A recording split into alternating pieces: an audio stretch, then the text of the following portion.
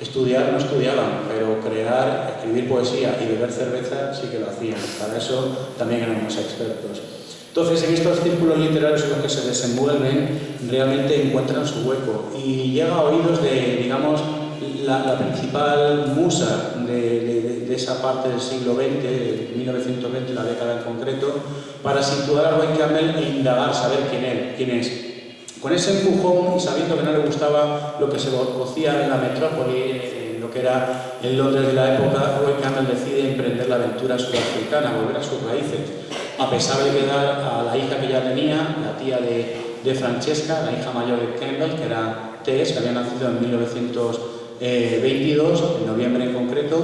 y con posterioridad se unirían a él en Sudáfrica. En la época de Sudáfrica aquello fue un boom inicialmente por el atrevimiento de estos tres componentes que habían emprendido esa iniciativa editorial, los citados anteriormente, Van der Poster, William Plummer y el propio Roy Campbell, con algo nuevo, algo fresco, lo que había supuesto la llegada de la poesía modernista años antes en Inglaterra, con ese primer poema que tienen ahí como recuerdo, se lo pueden llevar y leerlo, reflexionar sobre él, en el que abundan las imágenes literarias, el modernismo, que en esos viajes a la geografía europea, por la geografía europea, había adquirido a través del descubrimiento de Rimbaud, de Baudelaire, de Verlaine, de esos enfants terribles, ¿no? esos chicos terribles del entorno literario francés, ¿no? Estos iban a marcarle, evidentemente ese modernismo cala, se cuela, se filtra en los estamentos literarios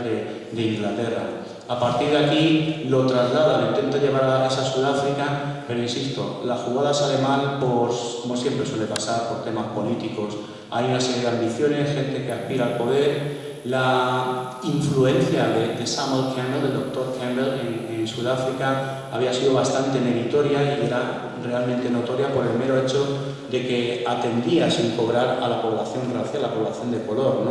Y de hecho, muchos de ellos, casi un millar, en torno a centenares, hubo, cuando murió el propio Sam Campbell, un momento en el que asaltan las ciudades haciéndose pasar o intentando quebrantar las leyes impuestas por los blancos. Era tal el tributo que querían rendir a la generosidad del doctor Campbell que evidentemente los medios de prensa acogieron con la gran iniciativa que había tenido esta gente y la lucha que posteriormente el hijo Roy Campbell iba a llevar en la revista citada con anterioridad, Woodstock. La experiencia de Sudáfrica sale mal, vuelve a Inglaterra. Ya vuelve con la madre de Francesca, con Ana, que había nacido en Sudáfrica en febrero de 1925, y nos encontramos a un Roy Campbell que intenta hacerse un hueco todavía perdurando la idea de Flaming Tide, de ese primer poema que tienen enmarcados sus extractos o versos. La iniciativa aquí, el segundo paso, es algo que hemos de descubrir de Roy Campbell, que es la sátira. Lo pueden ver ahí en esa segunda publicación, la de The Waste Goose, que es una feria literaria que se desarrolla en Sudáfrica, en la que Roy Campbell, como pueden más o menos interpretar la traducción que he hecho, no deja títere con cabeza. Es una persona lanzada, es ese novillo reincidente, activo, que no se acoge a normas y que realmente hace lo que le dicta su sentido y sobre todo las ganas que tiene de triunfar en la vida y en el mundo de la poesía. La motivación que había demostrado en otra serie de poemas también lo tenía con el paso de los años, donde había perdido quizá la capacidad del fuelle poético, donde había ganado la capacidad de traducción, donde había ganado y encontrado muchos amigos en la península, no solo en España, sino en Portugal, donde era un personaje reconocido en congresos en el 51, en el 52, en el 53, en el Ateneo de Madrid, en el Congreso de Poetas Hispanoamericanos en el que se le invitaba de Segovia, de Salamanca,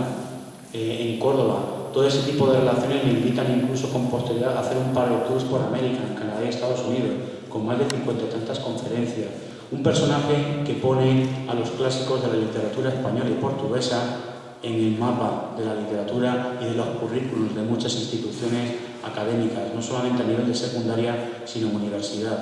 Un personaje que, como Luis de Camões, en el último poema que les he retratado, en el número 12, que se encuentra en la página número 4, aparece ahí buscando ese hombre de armas, ese hombre de letras, ese hombre, como decía el último párrafo, los últimos versos de ese poema de Luis de Camões, a que como a Cervantes le guardaba un gran tributo y respeto. respeto, se encuentra o iba en busca de él, buscando camaradas, y lo que halló fue, como todos ustedes, gracias por haber venido, maestros. Muchas gracias.